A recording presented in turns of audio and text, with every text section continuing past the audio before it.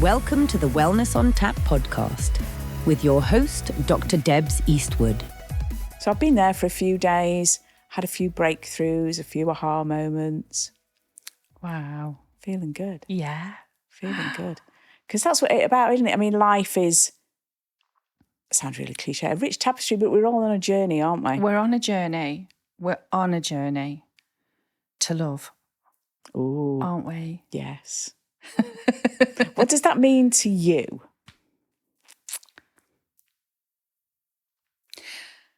I think it's ending the separation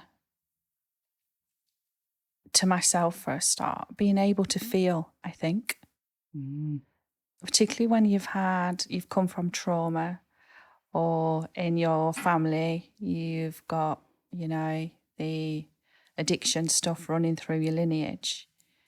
You just disassociate with even thinking, let alone feeling. So you're not present. So it's isolating in itself, and you can't relate then to other people. No. There's no relationship with yourself. You've got your corner and you stay in it. So for me, it's being me, but opening up to being able to relate and feel. Do you know? Interesting. Yeah.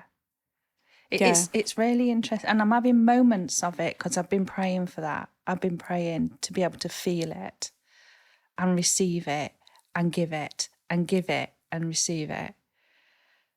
And there is moments of deep sensory responses coming into me now where I think I'm so lucky to have you in my life.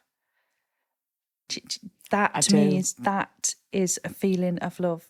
Yeah. Yeah. Yeah. And do you find, I certainly do, that I'm getting better at this being open to receive? Yeah. But that's harder than being able to give? It's harder than being able to give. Yes. But I also feel that being closed off to receiving means on some level I limit the giving back out because, it is a give out, top up, give away, bring more in. It's that yin and yang, isn't it? That flow. And so I am trying and really aware of, is my giving healthy? Is my giving love? Is it unconditional? Yeah. Is it attached to me being a rescuer? Am I in a drama triangle in my relationships? Rescue, victim, perpetrator. Is this love? Is this love that I'm feeling? Because it can be messy, can't it? And relationships can be messy. Oh, immensely. That's certainly my experience. Yeah. Yeah. And having enough love to go, okay, God bless. This is a little messy. You're okay, I'm okay, but not in my space. Absolutely. Yes. Yes. But not together. But not together. Yeah, thank you. Mm. Wish you well. Do you know? Yeah. We are on a journey to it, aren't we? I believe so. Yeah. Definitely. Yeah. And I don't think it's a journey that will ever end. Yeah. But I don't mean that in a way that we will never achieve. I mean that as we achieve, we grow, we feel more. Yeah. It just opens doors and pathways to other more wonderful things to experience and learn from. Yeah. Doesn't it just? Mm. Yeah, it does. So where do you fit into this world? What is it that you give, that you contribute? What do I give? There's lots of free content. It's not a difficulty. I'm not going to say that it's a difficulty. So in my core, I do believe that, we're all equal and we all should have equal choices to opportunities. Do you know? Yeah. It's a good base to start with. Sod the political agenda of lefties and righties. I don't think that fits anymore. For me, it's like we're all humans. Yes. Let's all muck in with each other and give, and receive. Yeah. It's really interesting because I was talking to my son and I went to Ryber Castle, and 18th century philanthropy was so much more than it is now because they didn't have anything. They was poor and proper poor, weren't they? Yes. And although we've got proper poor, there's relative and absolute. And a lot of the time it was just nothing. Yeah.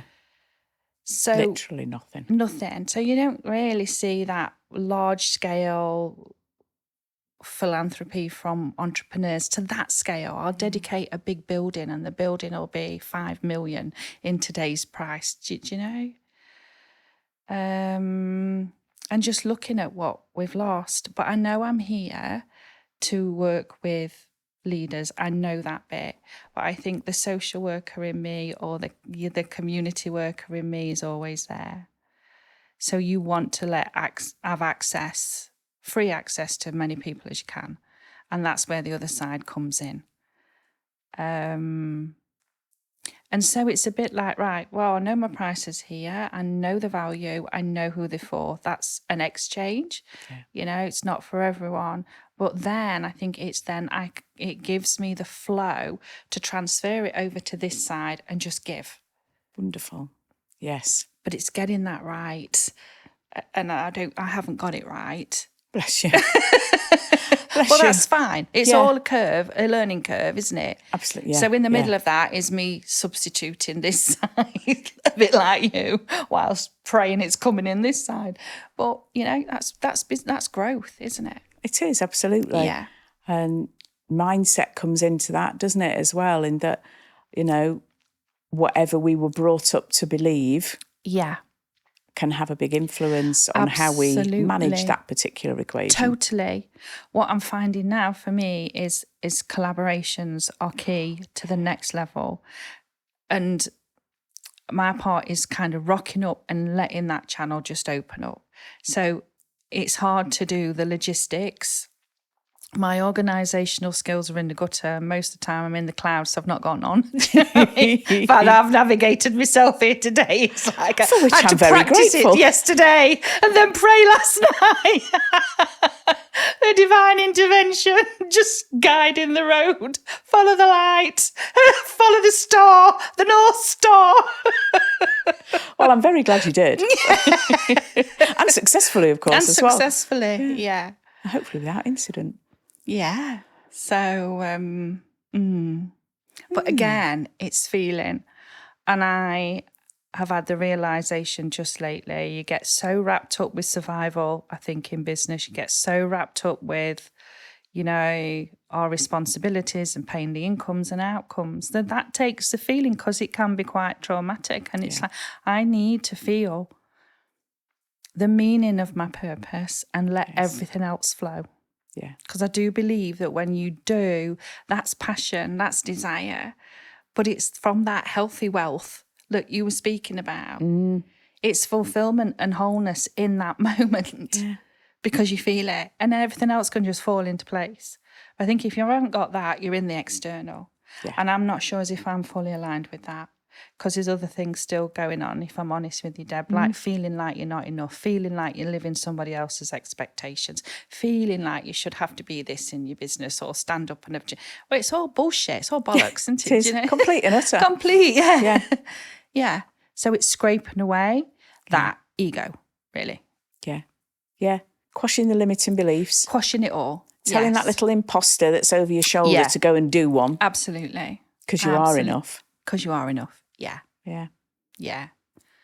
Little tips and tricks that you pick up along the way by immersing yourself, for me, in the company of good people that know how to do these things and that reinforce you without you requesting it, without you even looking for it. People reaching out. I've had some incredible help recently that, people knew I needed. Yeah. They could see in me what I perhaps deny myself the vision of because of my own limiting beliefs. And they've just gone, no, we're going to jump in, size 9s, and we're going to do this for you. I mean, it's so humbling. It's incredible to receive it. It's just, and I don't know that I would have been able to do that a couple of years ago. No, I'd have been like, no, for whatever reason. it wouldn't have been anything to do with the people and the them offering. It would have been me. Yeah. Yeah. It's interesting because I'm trying to think when it was. 2007. So about 16 years ago, something like that, 17 years ago. I went to India with a friend, and there was a Welsh guy that was living out there, completely down to basics. Right. Stripped down to basics on every way. But the conversations, I can still recall them because they were phenomenal. And he said, love is someone that will cross 7 deserts for you. Oh, wow. But I've experienced people, colleagues that will go and pull out the stops when you need something without having to ask them. Yeah. That's pretty amazing, isn't it? Yeah. Yeah. Yeah. Isn't it? And yeah, I'm immensely grateful. Yeah, me too. And we've got no lack then, have we? Precisely. Yeah. Yeah. And it doesn't have to be, what is meaningful can be the smallest of things. Yeah. Beautiful. So, I'm just thinking back when I first met you was at one of Buxo's events in Derbyshire. Yeah. And that was when I first experienced your wonderful voice. Thank you. And the story you tell behind that, I'm wondering if you'd like to share as to how things started becoming more, just you being aware of what it is that you had and what you could share and how you could help people. Yeah, sure. That's a big question, isn't it? Yeah, it is. I want to say it has been an amazing journey. It has been an amazing journey. It is an amazing journey. Opening spiritually was profound for me because at the time I thought I was having a breakdown, an emotional breakdown, physical breakdown, a lot of workplace politics, a lot of conflict. I don't deal with conflict at all. I don't like it. I'm petrified of it. Right. It's that, okay, I've done it wrong. Somebody's coming for me. I shouldn't have, I should have, I ought to have done. So instantly, my mind is a mess. My mental health is high, and I'm not functioning. I'm not coping. Right. So I went for a healing session, and it just opened me up in less than 60 minutes. It was profoundly life-changing. Wow. I just knew that there was a presence greater than myself. I felt love. We spoke about love a bit. I felt love. And that's not something that I have had much of in my lifetime. So I was absolutely heartbroken. But then I started to have an awareness, a sense, a seeing, a sixth sense, a communication. And again, I just sobbed and sobbed and sobbed. And as I came out the session, the healer said to me, there's a gift in you. There's a gift of sixth sense. There's a healing gift. There's a mediumistic gift. And my reaction was, I don't want it. I feel like my mental health has got worse. Have I gone balmy? It was just so beautiful. And yet, just not within our acceptance of our society. Yes. Yeah, I know exactly what you mean. So that the rational mind wouldn't comprehend it. No. And then, going back to our work colleagues or even family, nearest and dearest, and saying, oh, I've had this experience, and I feel like I've crossed over to the other side and had a chat with the next door neighbour that passed over that I was very close to.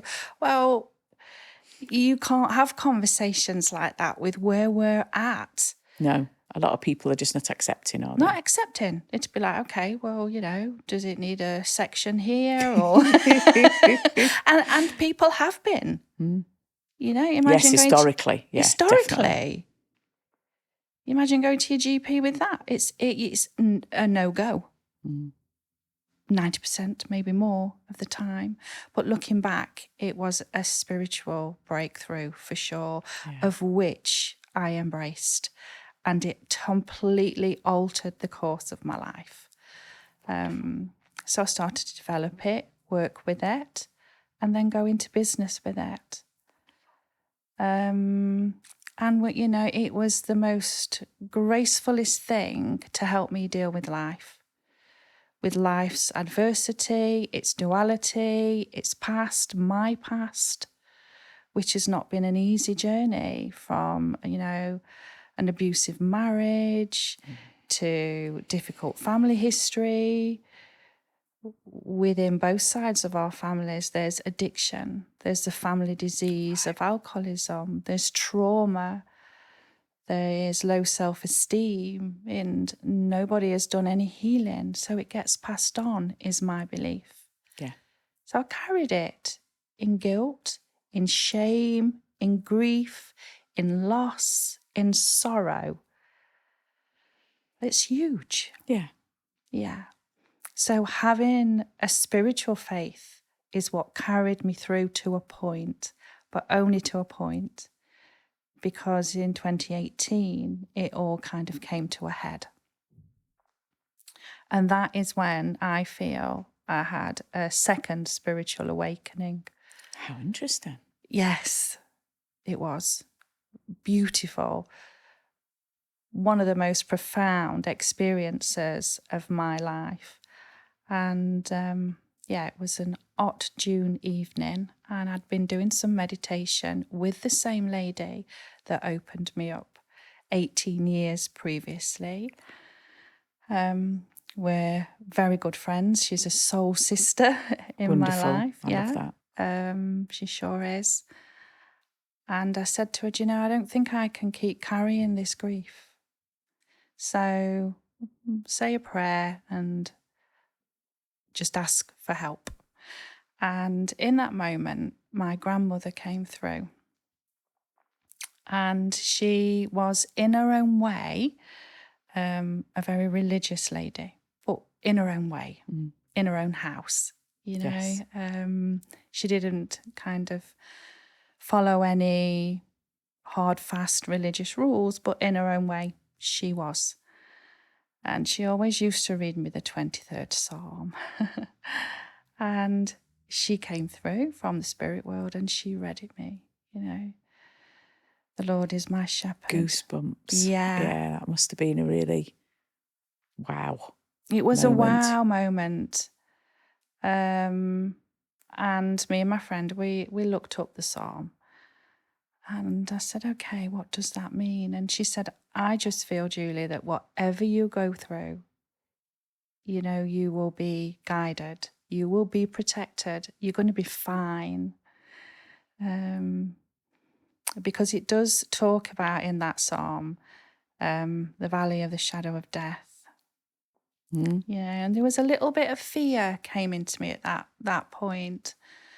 And anyway, she went. I locked the house up, blew the candles out, turned the lights off, went to bed. But I'd only been in bed probably less than 30 minutes and I started to be poorly, really felt sick. And I thought, okay, maybe I've had too much heat. Maybe I've done too much. It was a red hot June evening. Oh, go to the bathroom, get a shower, go down, have a cuppa. Might have to take a couple of headache tablets because I felt that poorly. I did that. Comes to go back upstairs and my body went into fatigue. So I couldn't walk. So I had to crawl up. Oh my goodness. Which I managed to do. And good, because that's quite profound. Yeah. Yeah.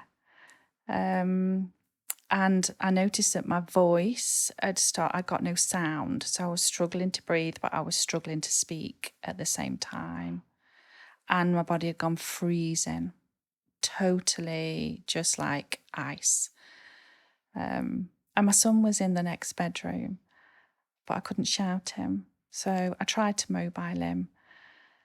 No answer. But I think at that point I did actually make a cry because, something was drastically wrong. He came in and took one look and phoned an ambulance straight away. Good for him. Yeah. Sounds like that was necessary at the time. Yeah. And the paramedics were very quick.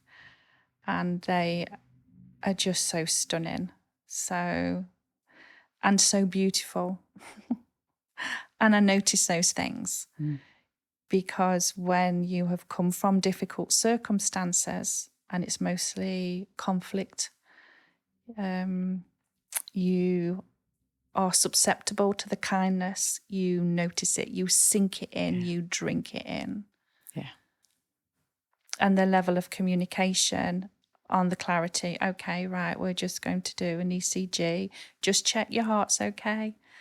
One of the paramedics, she sat on the bed with me, she put her arm around me, she held my hand, and she's like, don't panic, we're here. And when the reading came out, I could see with the faces. And she just squeezed my hand and said, you're in the middle of having a heart attack and we need to be quick. Wowzers. Yeah.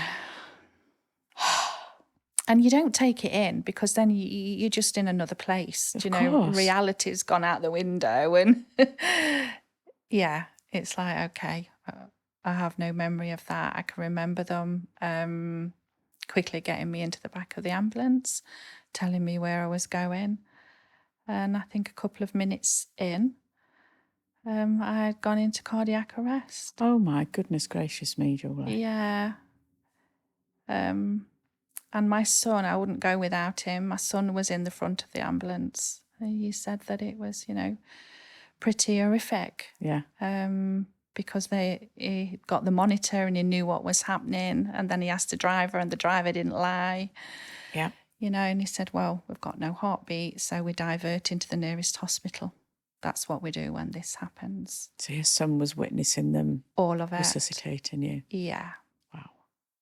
Yeah. So I'd come back and go back again and come back and go back again. And yeah, there were several. So I'm a very lucky lady, really, to be here. And when I came out of the coma to the sound of my own voice as the ambulance was just about to pull up to go into surgery. And the paramedic said, we have never known anyone come out of a coma and make that sound. What sound? We have to know.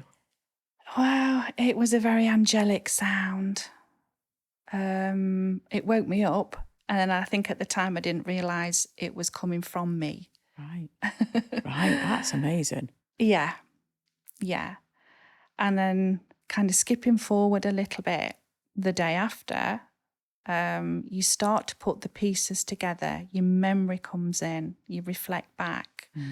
And I realised I'd had an out-of-body experience, but I didn't realise it at that time. It's not till after that you realise what's happened. Yeah. Yeah, true. Yeah, your brain just can't process. It can't process all of that. No. Not straight away. Not straight away. No. So I was given the choice where I wanted to go. I knew it wasn't my time. They knew it wasn't my time. Bless you, darling. Sorry. Why? Please don't apologise. Just don't. Yeah.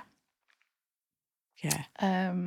We're all very glad that it wasn't your time, and you Thank you. clearly made the decision to remain with us. Yeah. And we're all very grateful for that.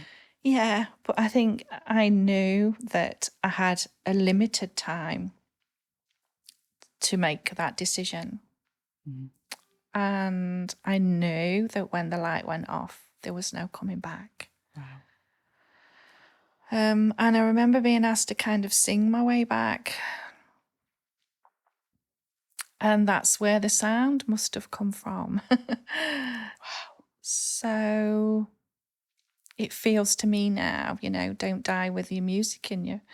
That's how it feels, We spoke about earlier about being you and Bookso's event. And there is just, so much loveliness in that, isn't there? Yeah. And how much we hide ourselves or try to fit in or hold on to things when we don't have to. I'd done all of that. But the beauty of that situation was the love of acute care and the paramedics and their passion for purpose. Yes. They're an amazing bunch of folk, aren't they? Oh my goodness, totally. Like, it's like, I want that passion for purpose because you have it for life. Yeah. I have never felt or seen or witnessed. It was such a privilege. The whole of me feels that. So I'm grateful for that. Yes, in hindsight. In hindsight. Yes. Yeah. Yeah. But wow, what a just complete traumatic. Yeah. Certainly 48 hours, and I'm sure much Yes. longer afterwards as well, but that initial full-on event. Absolutely. Wow. Absolutely. And then I think getting into the intensive care unit and being in a bed where you can't move, like you've just come off a mountain because, you can't move when you've had surgery and tubes everywhere. And I can remember laying there thinking, how did I get here? What have I done wrong? What have I done wrong? How did I get here? What did I not do right? And again, it's little acts of love. And I can remember being awake the early hours in the morning and the hospital cleaner coming in. And how important a smile is. Oh, yes. Oh, yes. Yeah. Or someone just saying, "You're right, my love," in a broad Sheffield accent. It's just so beautiful, isn't it? Yeah. Whilst cleaning and mopping. It just meant the world to me. And I couldn't speak, but I did have a cry. And she said, "Shall I go and fetch your nurse?" And having your own nurse, it's like, wow, just for me. And like I did earlier with you, I felt the need to keep saying sorry. She keeps saying, "Stop saying sorry." Yeah, there's a theme there. There's a theme.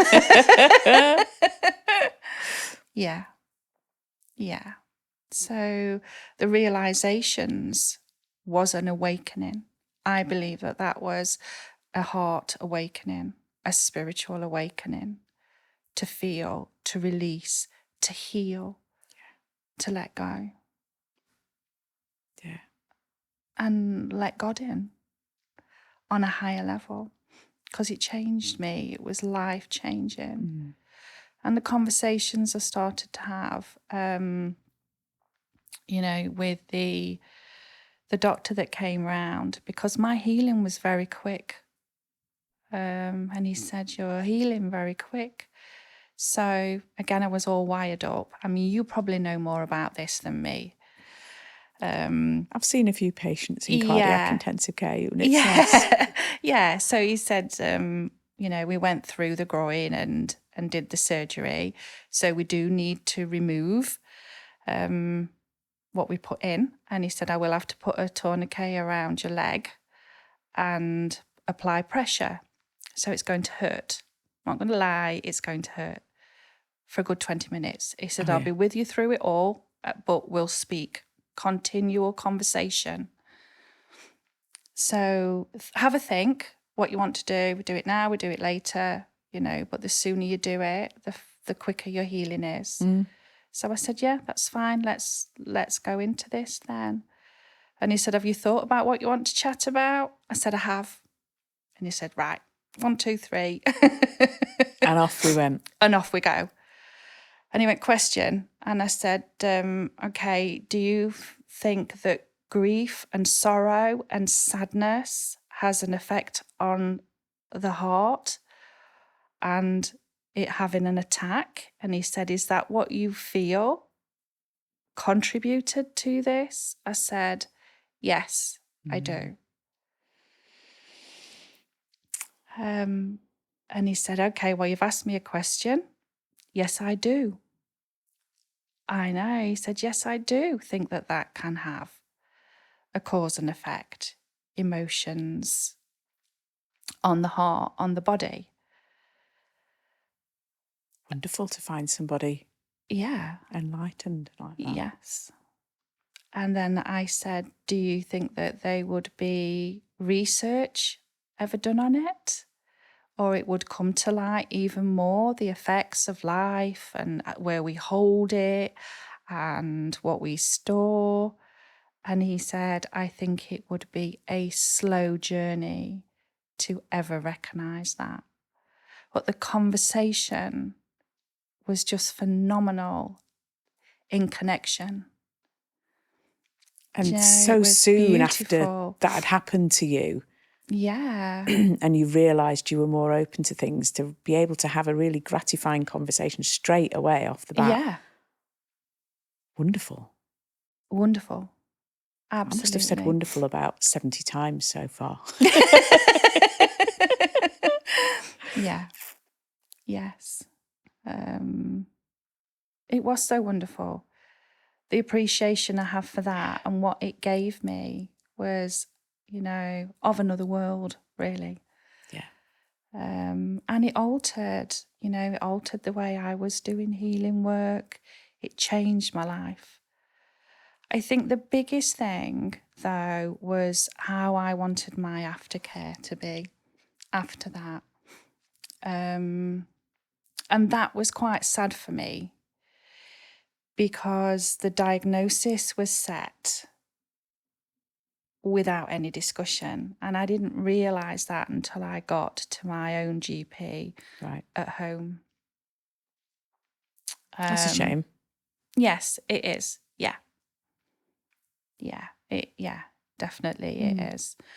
And so there was several diagnoses of diabetes, autoimmune, is it Hashimoto's or whatever? Hashimoto's. Yeah, that's it. It's a big word for me to say. Yeah. I was just devastated. Absolutely devastated. So, I came out with lots of tablets, lots of medication, and lots of fear. Yeah. And again, I just looked at it and thought, how have I got myself here? How have I gone from thinking I was reasonably healthy one day to 2 days later coming out of hospital and not being? It just didn't seem right. It seemed an extreme. Again, more big stuff for your brain to try and process. More big stuff. Yes. I looked at these tablets and there's a tablet for a tablet and I just kept crying all the time, Yeah. Yeah. And it felt at that point that I needed to look at my health. I need to look at my statistics. I need to look at what is happening in my body that I've probably not paid any attention to. But I need to do it from an holistic and spiritual and emotional and mindful point of view. What do I need to change? Do I need to change my eating? Yes. Do I need to lose some weight? Yes. Do I need to look at my blood pressure and cholesterol? Yes. Do I need to have more peace? Yes. Do I need to heal? Yes. Am I prepared to do it? Yes, I am. I'm prepared to put that work in and relate to me. It's like my heart had opened enough to say, I am worthy now. You don't have to carry it. You chose life. You chose to let go. You chose love. And now it begins another journey. Wonderful. Yeah. Yeah. And I think the sadness for that with me is I couldn't go to my GP and say, I think I'm going to go down an alternative health route. And it didn't hit me. I was taking the medication at first. I wasn't okay, but I was prepared to stabilise. The decision for me to do it 100% holistically came when I knew the doses was increasing. Yeah. No discussion, just a little word at the end of the GP session and a prescription with a larger dose. And it just felt that I was taking my own body's natural resources and healing and rejuvenation away. Now, I'm not an advocate for not taking medication, and I'm not against it.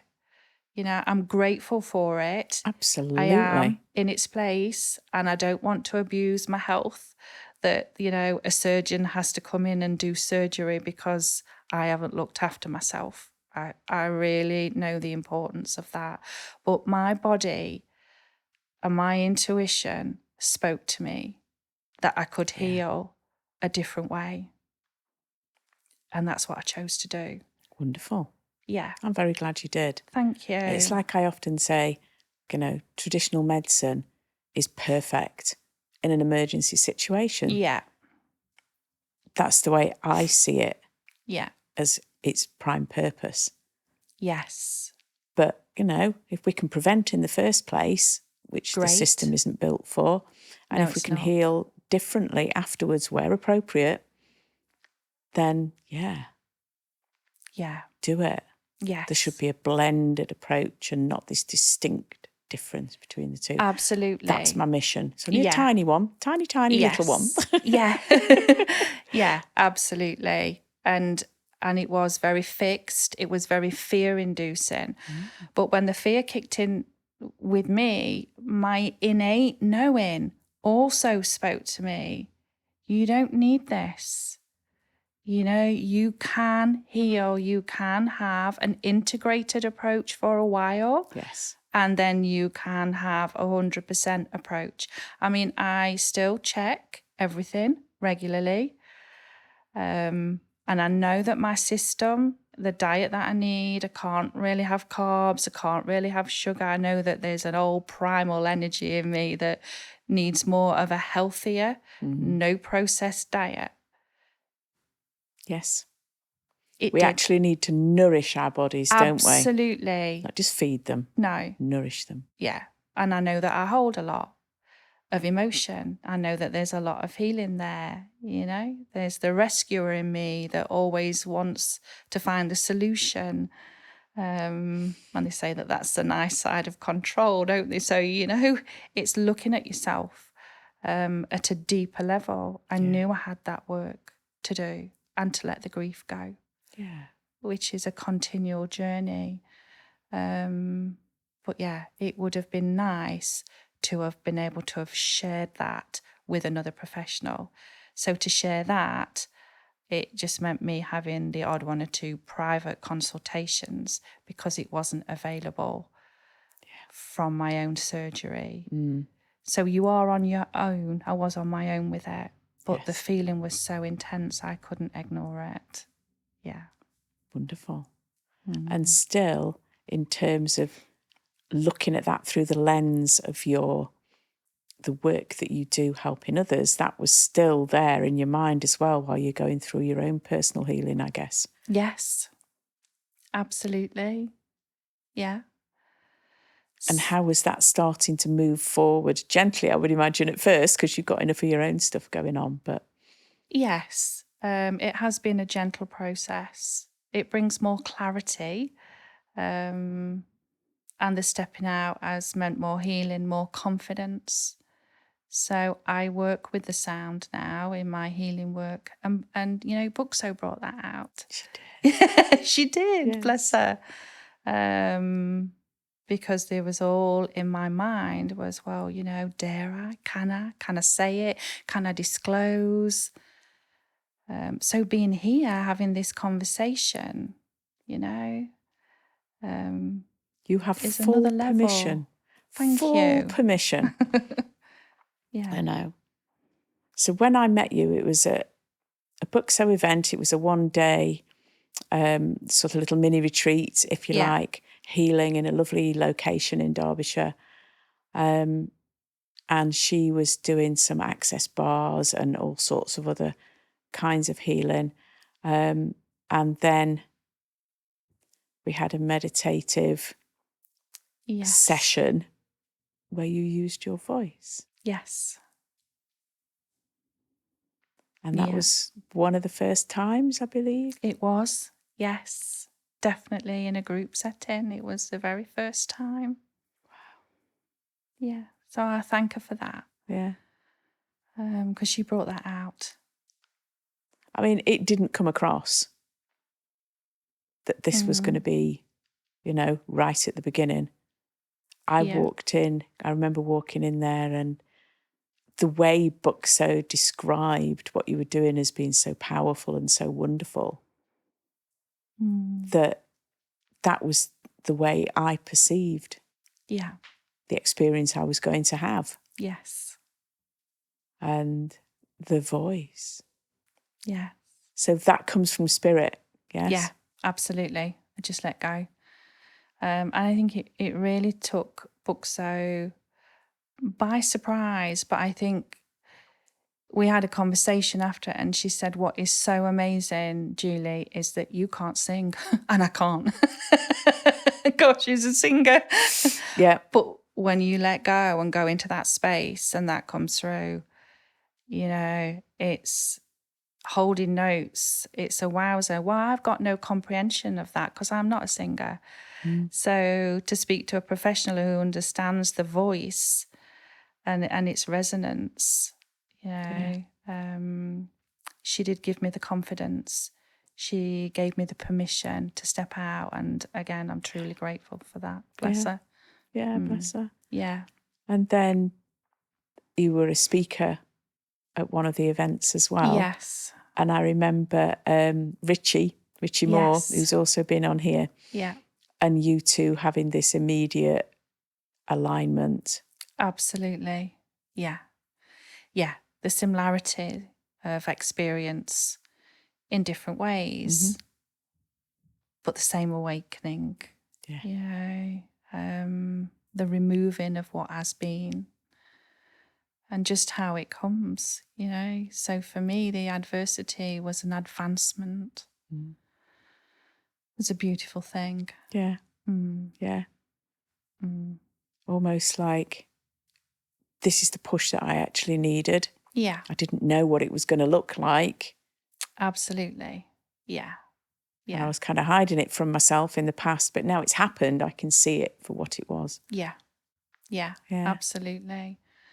And as I look back, I think that there was factors that, do we as an individual or as a society address enough? The menopause, I had no information or education, And isn't it a glorious beast? Isn't it? But I think, it does affect your body and its balance. Looking back, I think that did have a factor. Do we speak about mental health? Do we speak about addiction, trauma, abuse enough? Life's rite of passing, death, loss, aging, families growing up. I mean, we're coming out more and more, but it's all very impacting. Yeah. And it's normal, not abnormal. And yet we hold it and feel that there's something wrong with us. I personally believe it's the sort of thing that we should be educating our kids. Totally. That this is normal. Yes. And if for whatever reason you can't do this in your home life, it doesn't mean you can't do it within, a school environment and with your friends. Yeah, absolutely. Because that is a part of being human. Yeah, it is. And a space to express and share and communicate, because we've all got busy lives. We have to carry on with the daily life. But if you're squashing it down, which is what I did, squash it down and carry on. Yeah. Squash it down and carry on. Well, the wheelie bin's full. And the lid comes off. Yeah. Yeah, there's only so much squashing you can do, isn't there? There's only so much squashing. Yes. Yeah. Yeah, there is. So what sort of things do you offer, today, now, for people that maybe have seen you online, are looking for some kind of healing, don't really know, how would you describe what you offer? It has a deep spiritual element to it. So there's lots of free resources if someone is wanting to go into well-being or healing, or, you know, healing empowerment, or even leadership through meditation, relaxation. There's loads of free resources, and you can find them on Insight Timer. You don't have to leave your details. They're just freely there to be used. That's very generous of you. Yeah, that's kind of passion, really, to hope that helps. So you can find that at juliannehart.com or ichannelwisdom.com. Okay. Yeah. And my work is very much collaborate with other people. So depending on what they're doing, I might get asked in to do some healing work, like with what Bookso did. And then the other side of my work is looking at health and well-being in leadership, because I believe that's where the change filters down. Yeah. You know, and has an impact then. Yes. As we come into unity together, because that was something my heart attack gave me, is that throughout all the services that was involved, from the paramedics, the ambulance driver, the nurse, the doctors, the ICU team, the surgeon, they worked in unity. I observed that. I didn't see an hierarchy in critical care. I saw a togetherness. Yeah. And that's the only way that someone can be saved. I saw how much they prioritised that in the gap that I was in that space I did. I realised that unity, it doesn't have an hierarchy. Wonderful. Yes. We all have a role, and that's special, and we all fit into the whole within that role. So it opened my eyes to lots of things beyond the heart attack, for sure. Wonderful. So do you work with individuals now or with groups, or? Both. Yes, both. Wonderful. Yeah. And when you were saying about, you know, the well-being, does that have a corporate flavour to it? Are you going into corporates, or? There's an opening for that. Excellent. I think there's a gentle opening for that. Yeah. It's been more small to medium enterprises that I've worked with up to now. But things are changing, aren't they? And the way we're leading is changing. Yes. And I do believe that, you know, the external collective consciousness of everybody is going to change that for sure. Yeah, I think more and more people are awakening. Yes. Yeah. And, you know, things like this that they may have, first of all, not even been aware of. Yeah. Because they were so closed off. And if they become aware, perhaps then weren't even receptive to. Yeah. People are starting to be receptive, is my belief nowadays. Totally, they are. Yes. How wonderful is that? It is just totally wonderful. With that word again, wonderful is the wisdom, isn't it? The wisdom to change, to know a different way. Yeah, and then it kind of goes into what we were speaking about earlier, the wholeness of wealth. And that wealth, the inner wealth, is that connection we have to each other and ourselves. Yeah. You know? Because wealth is not just money. No, that is the traditional word, isn't it? You know, if somebody's wealthy, the picture that is put into most of our minds for that is somebody who, you know, has big house, big car, yachts, cars, whatever. Yeah. It's just associated with money. But Absolutely. neither you nor I feel like that, do we? Wealth is your whole sense of well-being. Absolutely. And your health and joy and... It so is. And I do pray for that, you know, to feel that fulfillment of the feeling. And I think that's what leadership is to feel the fulfillment of that leadership and its deep meaning and purpose on an inner level. and then the outer benefits can come and be shared. And it's a process. Yeah. You know? And they should indeed be shared because, like you mentioned with the cleaning lady, it was just the smile. Completely free. Yes, completely free. And way more transmissible than any contagious disease. Yeah, absolutely. No barriers. Yeah. And she probably wasn't aware, or maybe she was, I don't know, of how much that meant to me, because I wasn't able to tell her. But it meant the world to me. It really did. Yeah. You know, because I was in a really difficult place. Yeah. So to have the warmth and love from another human being, however small, it tops your health and well-being up. Yeah. Do you know? Yeah, for sure. Yeah. For sure. It's all about connection, isn't it? Yes. And just that little bit of connection. Yeah. It's like the retreat I was at recently. One of the ladies there is a really intuitive artist. And just to be around somebody as creative as that was something I haven't been really used to. I've always been quite, a scientific kind of person, even though my youngest is really creative and very artistic. Outside of that, there's not been much, and just being in her energy was wonderful. And the projects that she's setting up, and she ran a session that was all about, it was just called Play. And we knew nothing more about it, but we kind of guessed it was going to be, her medium. And that was all about letting go. Just opening up, just dropping your barriers. Yeah.